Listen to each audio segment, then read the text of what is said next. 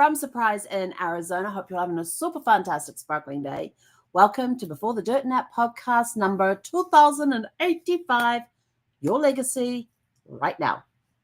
So that's our topic for this evening. Is last night we got to talk about your heritage, the heritage of the heart. We were talking about where it wasn't a tangible, it wasn't an object that you were inheriting. It was stuff that you have observed, stuff that's been passed down through your DNA. It is traits that you have inherited from your ancestors and things. So tonight we're looking at your legacy right now, because it's not just what you leave behind, it's how you show up today. So forget someday, it's already happening. Someday doesn't exist. A number of times I hear people say, someday I want to do this, someday I want to... Forget that. Someday never comes. It really doesn't. I have seen so many examples. Oh, someday we're going to do this, someday we're going to go do that.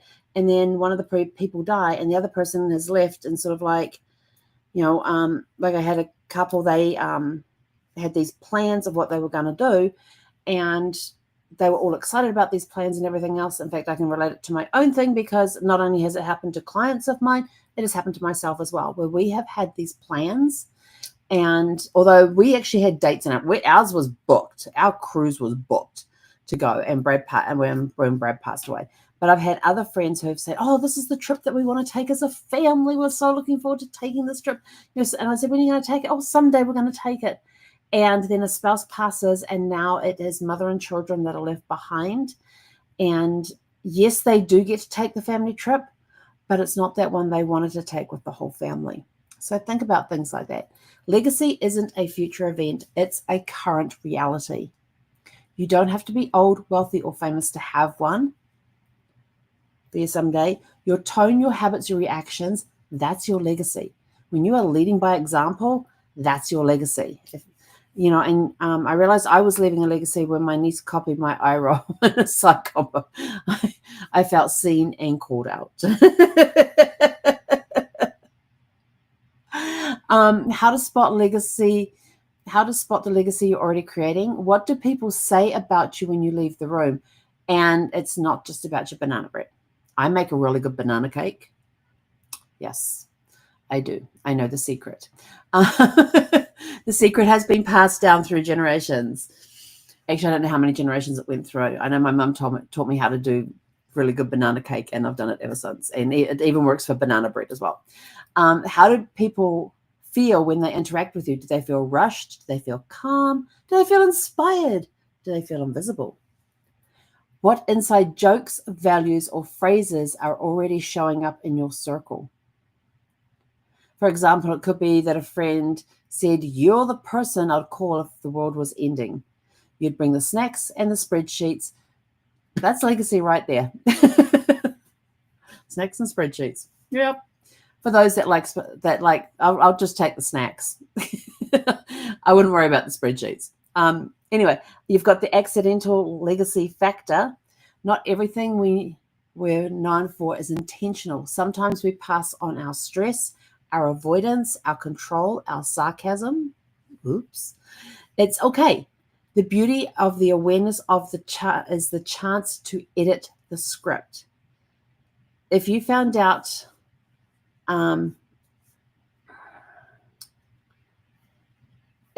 something like that, you have the exact same disappointed but not surprised face as your father, and you thought you had invented the look, and then you see it on his face.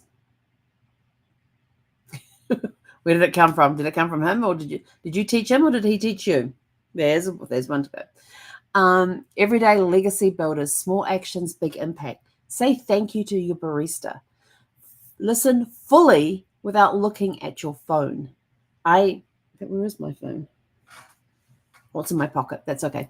When I'm on Zoom with anybody, I mute it. I mute it. I put it face down over here, so if the screen lights up, I can't see it. It just dinged on me because I forgot to put it on mute. Leave handwritten notes. I used to love doing this with Brad when I would pack his lunch. And yes, I used to pack his lunch. I didn't leave it for him to do, but I was pack his lunch most days for him to take to work. And every now and again, I would get a little sort of like quickly scribble a note on a Post-it put it in saran wrap, slip it inside his sandwich. So when he took a bite, he would get this note there. And I would get this call later in the day. Why did you do that? And I'd be like, do what? Like playing all sweet and innocent. He says, you left a note in my sandwich. I did? Yes. He said, I was biting through and I couldn't figure out why the meat was so tough. But it's always a surprise, and I love doing that. And when I would make, we had Josh living with us for one who's going to school. When I would make him lunch to take to school, not that he ever ate it, I would slip little notes in there. And they never got found because he never ate his lunch. He'd always find some other way to eat, something else to eat. Choosing kindness over sarcasm, even when it's tempting. Yes. But do you want to know a good way to help, small actions? Pick a family member and send them a random postcard once a month. Make it silly and make it to the same person and get them. They would be fun. They're checking the mailbox like it's 1985 and they have a pen pal. You could be their pen pal. I remember a story where a guy turned around and said that, I don't remember how many years he did it for, but for every day he would send his mother pictures of her grandson every single day so that she could see him growing and developing and doing new things. And then I had a friend who thought that was such a really good idea. So he started sending his grandmother, he would take random photos throughout the day and he would send her a card every single day. And he got to go and see her before she passed. And he sat down with her and just went through. She had this box there with all of these cards in it.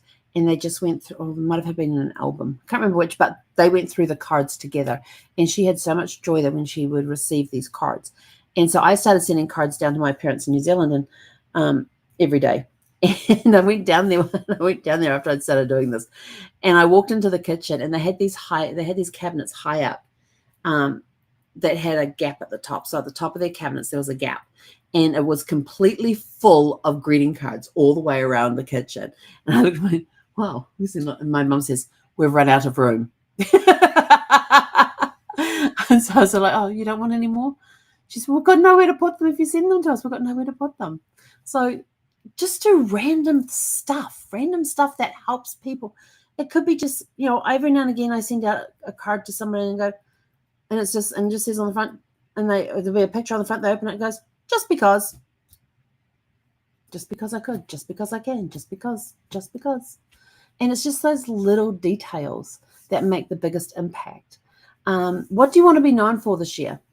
Don't wait for an obituary to define your story. Although this is a very good practice. Are you living the life you want to live? Based on your life as it is now, sit down and write your obituary. What is your family going to say about you now that you're gone? What are they going to immortalize in words who you were? What's your obituary going to look like? Is it just going to be, preceded in death by, survived by, Was it going to be anything about your life? Write your own obituary for how you are today. And that will get you thinking on, is this what I want to be my final immortalized words for my obituary? Or do I want to do something to change the story? You have time to change the story. What kind of energy do you want to bring into every room? When you walk in, do you want people to know you're there? Or you just want to slide in quietly and observe before you go and mingle? What one word do you hope people use when they talk about you? Mine's super fantastic and sparkling. I know it's 4 words, but if you run it together really fast, it sounds like one word, like supercalifragilisticexpialidocious. Mine is super fantastic and sparkling. Did that sound? Well, yeah, that sounded right. It can be, I know one thing that my friend Casey, he has this picture comes up that says, you've got some buoys in your life and you have the anchors. The anchors hold you in place. The buoys allow you to be who you are. And I always remember that Brad always thought that he was my anchor. And I said, no, sweetie. I said, you are my buoy. I said, you keep me grounded, but you give me the freedom to fly and be who I am. But he says, no, I'm holding you back. I said, you're not holding me back at all. He was always concerned about that. He was an anchor and that he was the one that held me in place. I said, no, you ground me and give me room to fly. And that was one thing I was always grateful for him, was being, I mean, there's so much that I'm grateful for with my time with Brad that I just can't name them all. I just know there's just, and every now and again, a new one will pop up. But I always remember the fact that he was my buoy, and he kept me grounded because I can get a little flighty at times. But he gave me the room to fly. He didn't hold me in place and say, no, we're here, we're anchored. He says, no, I will keep you grounded, but you can go fly. So that's what we did. If someone had to describe your legacy, this is your question for today. If someone had to describe your legacy based on this month alone, what would they say? We're on what date are we on? The 16th of the month. So you're 16 days into the month. If somebody had to describe your legacy based on this month alone, what would they say? What do you want to adjust, elevate, or double down on starting today? And I know I mentioned a lot about Brad tonight, but I just had a young man come by to purchase Brad's golf clubs. And we've been going backwards and forwards on OfferUp, and he was supposed to come yesterday. He had to go pick his son up from school, so wasn't able to make it, but he was able to make it tonight. And he was super excited to get these golf clubs because Brad's golf clubs had extended shafts on them because Brad was 6'5". This guy was 6'5". And so he was super excited when I said to him, I says, well, my husband's golf clubs, they were extended shafts. He's 6'5". And he goes, I'm 6'5" too. So he was super excited to get these golf clubs.